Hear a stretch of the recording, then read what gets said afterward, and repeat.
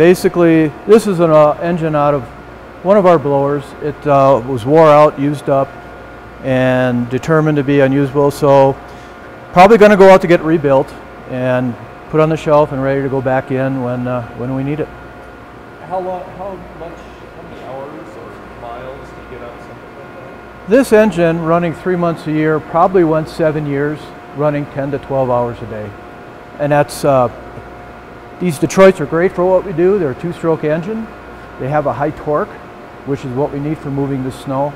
And they're actually in a 1960s made engine, but they're obsolete now, but they work great for what we do. But emissions are forcing us to go to something different these days, so we're going to CAT engines. First of all, beyond that wall is just a big wash bay where we can clean the equipment and get the grease off of it, and there's a high pressure washer back there and a big drain. This bay that you're looking at directly in front of you is a fabrication bay. It's where our welder resides.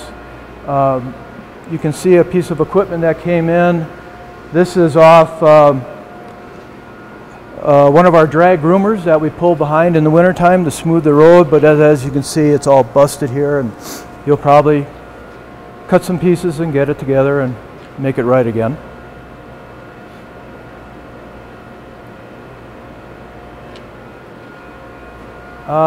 And then walking down the bay here, Rob also does a lot of our gearboxes. As you can see, this one has failed, and it's probably going to get scrapped out. This is out of a rotary snowplow. It attaches to the engine, drops the drive shaft down to go to the head to make the reels and blow the snow, and that one's pretty much wore out too. We spend 3 months of the year packing the roads down, smoothing them out so people can snowmobile or snow coach on them, and that snow gets really, really hard, and trying to bust that up and blow it off is extremely difficult. The corridor between West Yellowstone and Old Faithful is the worst because that gets the most traffic. When we get up to areas on the east side of the park where traffic is lighter, it's not quite so bad, but you can tell when you move through different areas of the park how difficult it can be. For that time that we're doing the road to Old Faithful, we're welders at that point because the front rotary reels just break, and we're constantly grinding the old weld off and welding them back up to make them useful again. Our typical year for the snow crew season, we'll start bringing in the rotary equipment, the bulldozers, the graders, and around December, and we have until the first weekend of March to get them ready for the crew. We go through the whole machine, try to find the weak points, try to remember the year before, what broke, what didn't, and try to improve on them so that we don't have to fix them out in the field, but unfortunately that doesn't always happen. Garbage trucks are a huge thing, ambulances, getting those ready for the summer. And unless something really big breaks out in the park that we can't fix it out there, it has to come into the shop, well then they'll work on it in here. This is nice because we have a crane on it, and we can do more work in the field with that 3-ton crane than if we didn't have it. Otherwise, more things would be coming back into the shop. We've been out in these trucks for 8 weeks, so they're kind of dirty. We live out of them for 8 weeks, so they're not the best looking at this time. We carry our own welders, we carry our own air compressors. We have a variety of battery operated tools, impact wrenches.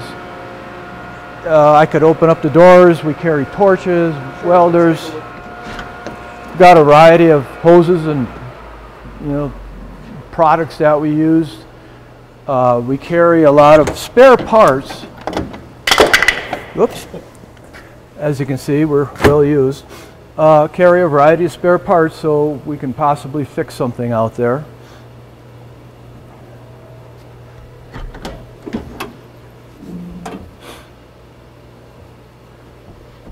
We do carry, again, more spare parts and some of the things that we might need to fix it. Some electronic stuff for checking the engines, some of the newer CAT engines. Oxygen bottles, oxygen acetylene, welding, safety clothes, stuff like that. It's a traveling shop, actually. Safety is a big deal in the park. We constantly have safety courses. This year when we were up on Sylvan Pass, when we were in the avalanche zone, we all got shovels, probe poles, and we all got beacons that we wear when we're in that zone. The rangers up there took about 2-3 hours, and we went through avalanche training again, so we still have that. I still have it because we have to go up in Dunraven, and that's an avalanche zone too, so we'll take that with us. Tucker and I both carry in our trucks a trauma kit. It has an AED and everything that if you got hurt really bad out there. I'm an EMT, so we do kind of watch out for each other in case something does happen. Thankfully, it never has yet, but we're ready for it if somebody should get hurt out there. Pretty much, you're pretty much never alone out there. Tucker and I usually work together, but if there's more than one thing broke down, I'll just go one my way, he'll go his way. But you always have the operator there helping you too. They just won't abandon you and leave you with a piece of equipment. They're actually there helping you. If you're underneath the truck or on top and you need a wrench or a hammer or something, they can hand you the tools, which is very helpful because I don't have to climb up or get underneath things so much. We do have little tub cleaners for cleaning parts. These are real handy. We don't use solvents. It's basically you put it in, you turn it on, it's like a big dishwasher. And the water is constantly recycled, reused. There's filters on it, but it's really a handy item. We do have a kind of a small machine shop here. We got our metal cutting bandsaw. We have a variety of stock material. If we have to make pins or anything like that, we've got some stock. We do have a Bridgeport mill and a small engine lathe, which we can make some of the parts ourselves or machine them down if we have to. Very handy because the nearest machine shop is 52 miles away. And if I can do something here in a couple of minutes rather than spend a day driving and getting it done, it really saves us some time. We use all of this somewhere on the equipment. Quick connect fittings. This is a small one, but this is something we can make here very easily. We don't have to go to town to have it done. And that saves us a lot of time. That is a 10-ton overhead crane.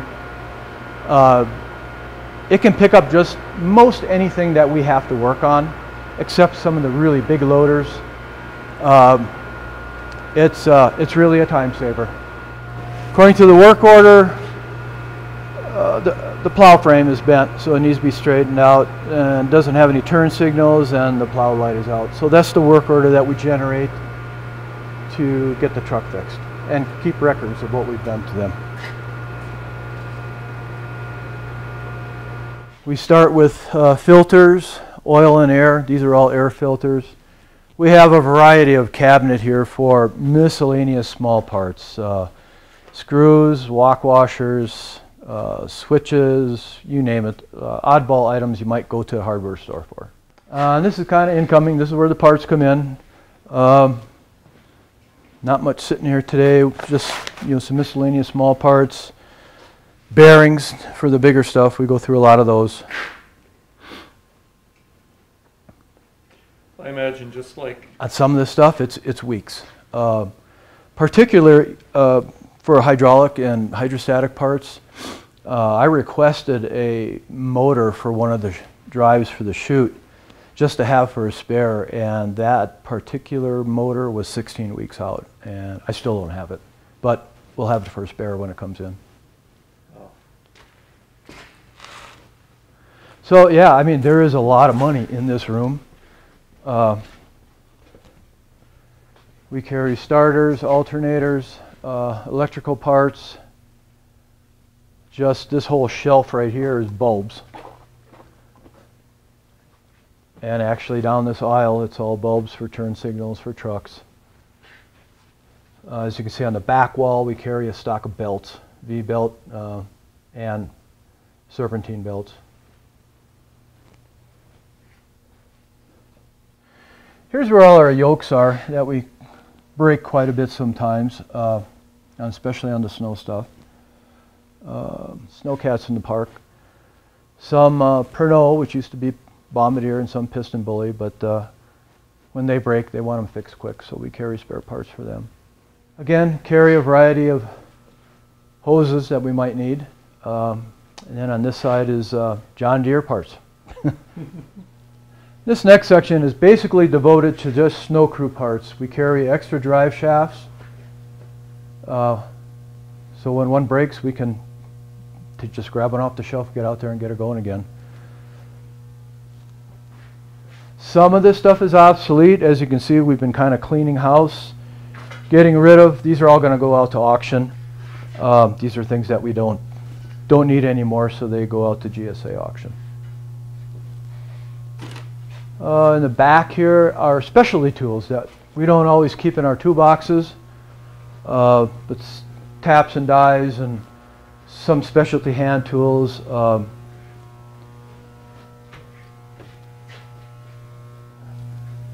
We do have some test equipment. We do have some electronic equipment that we can get into generically get into trucks and read trouble codes and try and figure out what the check engine light is telling us. So this is what I was talking about. This is what we call the bevel box. And that short shaft you were looking at is the one sitting back here. The engine spins the fan. The fan transfers the power to this bevel box, which turns the reels. These are equipped with shear bolts right here.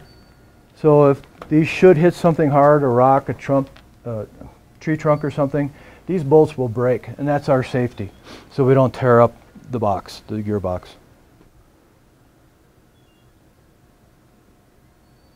We go through a lot of pins. Typical. Bud Hamey, who's running the area plows, he'll change a set of those pins 5 to 6 times a day. Oh, wow. He'll go into a picnic area, and it's all staked out nice, and he's cutting what should be the driveway. Well, they put a picnic table in there, and you can't see it, and he hits the picnic table. Well, that'll shear a pin, and he has to change them. So,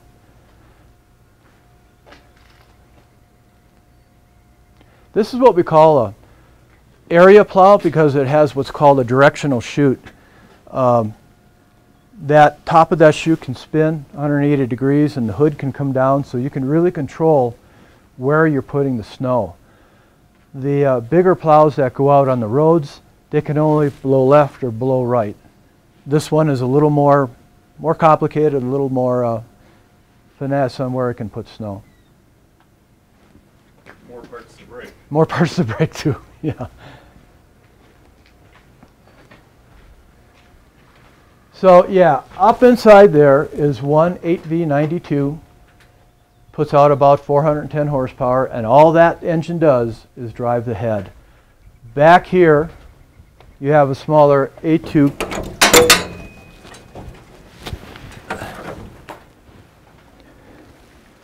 And this basically runs the hydraulics, runs the transmission to run the plow, and give the operator his heat. So there are 2 engines on most plows. And the most wear and tear is probably The big engine. on the big one. Yes, yeah. What happened, well, I think I told you that already. There's a dual hydraulic pump. It's right underneath where this grease spot is.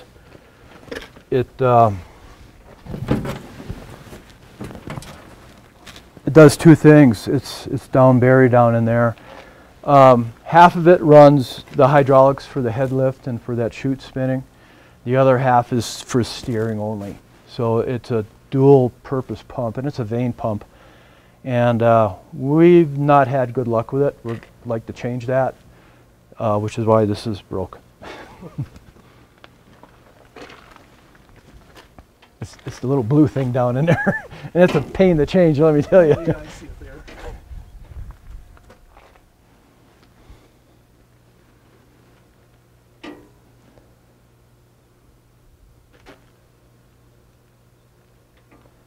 Trouble with plowing on these nice days, it's a nice day to plow, but we worry about heat buildup.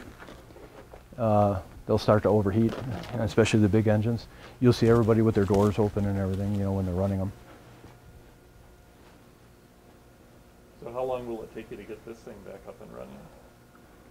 What we did, we had one almost identical to it, and what we did was, rather than running it off the belt drive, we modified the radiator and mounted the pump back down here with a drive shaft. And instead of a vane pump, we went to a low sensing pump, where if you weren't using it, it wouldn't pump very little oil, but when you tried to turn to steer or use your hydraulics, it would then increase its volume and its power to compensate for what you wanted. And it was a way more efficient pump and a way more efficient to drive it rather than belts. So we might do that with this plow. I'm not sure what management wants to go with it. It worked well on the other one. The reason why we got rid of the other one was it had a hydrostatic drive and the frame cracked on it. And so it was like, it wasn't worth fixing at that point. So we basically scrapped it out.